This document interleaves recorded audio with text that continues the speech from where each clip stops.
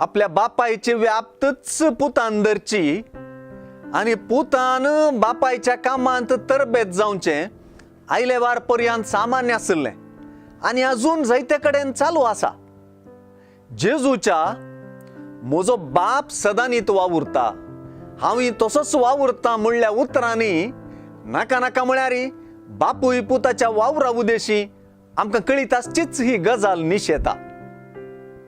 बापायचो वावर कितें? जेजूच्या बापान संसार, सृष्टी, पृथ्वी रचली आणि तांतलें सर्व रचलें आणि 7व्या दिसा विशव घेतलो म्हणून पोरण्या सोल्ल्याच्या उत्पत्ती पुस्तकांत आमी वाचता. देवा बापान सृष्टी रचल्यारी तिका सांबाळच्या तावन सृष्टीक जीव दिवच्या तावन विशव घेवंक ना. तशें केल्यार सृष्टीच उरची ना न्हय.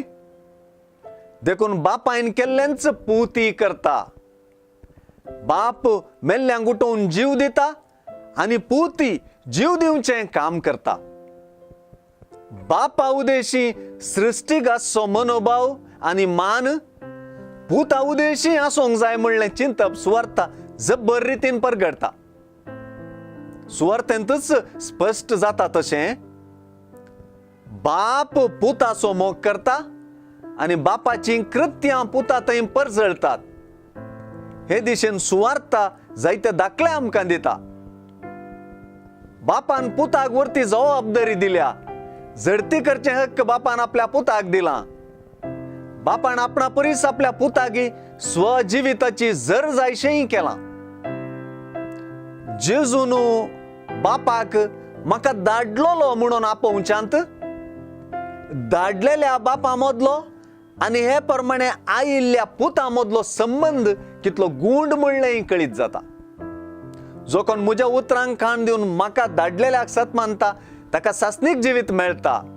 ताचेर केस्तेचें फर्मान पडचें ना. तो येदोळूच मरणांतलो उतरोन जिविताक येवन पावला.